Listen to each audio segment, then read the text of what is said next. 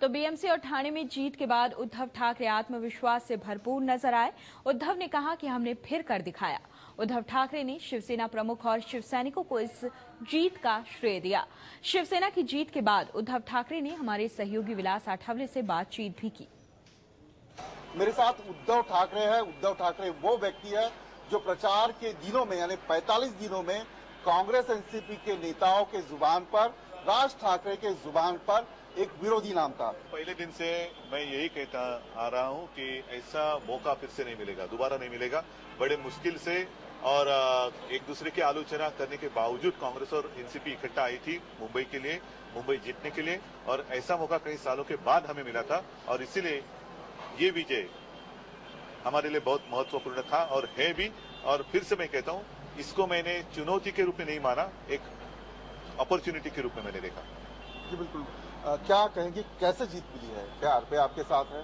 क्या बीजेपी के लोगों ने काम किया? क्या शिवसेना ने काम किया? सारे लोगों ने काम किया और जब सब लोग काम करते हैं तो यश हमेशा मिलता ही मिलता है। आपने एक साल पहले आरपीआई के साथ गठबंधन करने की बातें कही थी। क्या उस वक्त आपको लगा था कि आरपीआई को साथ नहीं लेंगे तो नुकसान होगा, लेंगे तो फायदा होगा?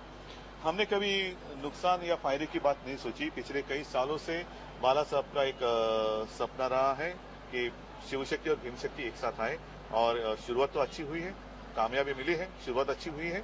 और सिर्फ राजनीति के लिए नहीं, लेकिन हर गांव में, हर शहर में ये दो जो समाज है, बड़े समाज है, शक्ति है, वो एक साथ अब जुड़ जाएंगे तो निश्चित रूप में महाराष्ट्र में एक बड़ी ताकत आपको दिखाई देगी।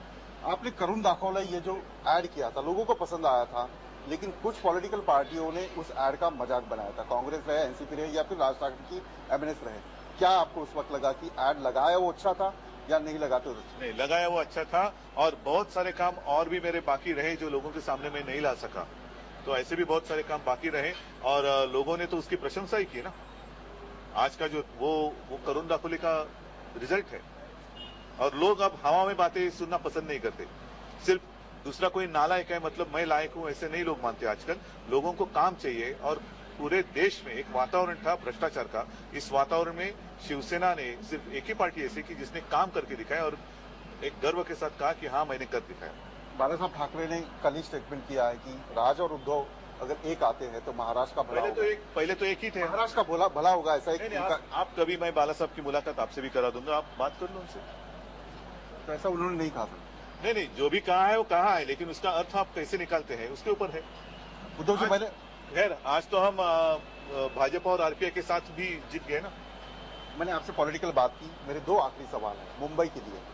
पिछली बार गणेश विसर्जन में गणपति गड्ढे में से गए। इस बार आने वाले 5 साल में क्या लोगों को राहत मिलेगी? कैसे आप रास्तों की जो समस्या, जितने गड्ढे, एक उसका एक क्या कहता हूं मैं, आभास निर्माण किया गया, उतने गड्ढे थे नहीं।